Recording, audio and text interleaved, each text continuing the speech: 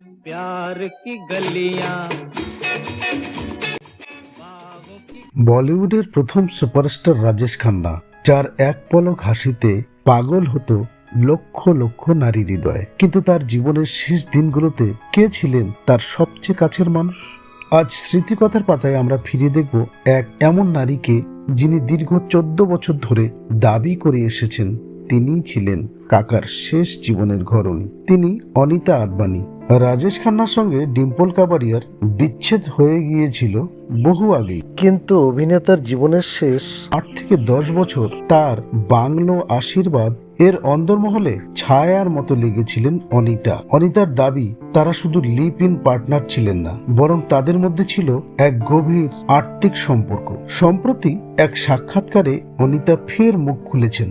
তিনি জানিয়েছেন, রাজেশের সঙ্গে তার প্রথাগত বিয়ে না হলেও তাদের সম্পর্ক ছিল স্বামী স্ত্রীর মতোই। কিন্তু অভিনেতার মৃত্যুর পর রাতারাতি পাল্টে যায় দৃশ্যপট। যে আশীর্বাদ বাংলোতে তিনি বছরের পর বছর কাটিয়েছেন, সেখান থেকেই তাকে বেরিয়ে যেতে হয়। শুরু হয় এক দীর্ঘ আইনি লড়াই। দীর্ঘ 14 বছর ধরে অনিতা লড়াই চালিয়েছেন নিজের অধিকার আর সম্মানের জন্য।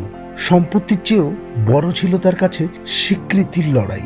যদিও আইনি জটিলতায় তার দাবি সবসময় ধোপে টেকেনি, কিন্তু অনিতার গলায় আজও আক্ষেপ, আমি তো শুধু তার ভালোবাসা চেয়েছিলাম। সুপারস্টারের জীবন মানে কি তবে এক বুক একাকিত্ব?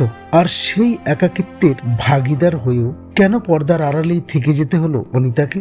ইতিহাস একে প্রেম বলে নাকি শুধুই বিড়ম্বনা, তা তোলা রইল সময়ের কাছে। রাজেশ খান্নার জীবনের এই অজানা অধ্যায় আপনাদের কেমন লাগলো কমেন্ট করে অবশ্যই জানাবেন বন্ধু। আর এমন সব হারানো দিনের গল্প পেতে সাবস্ক্রাইব করুন আমাদের এই চ্যানেল।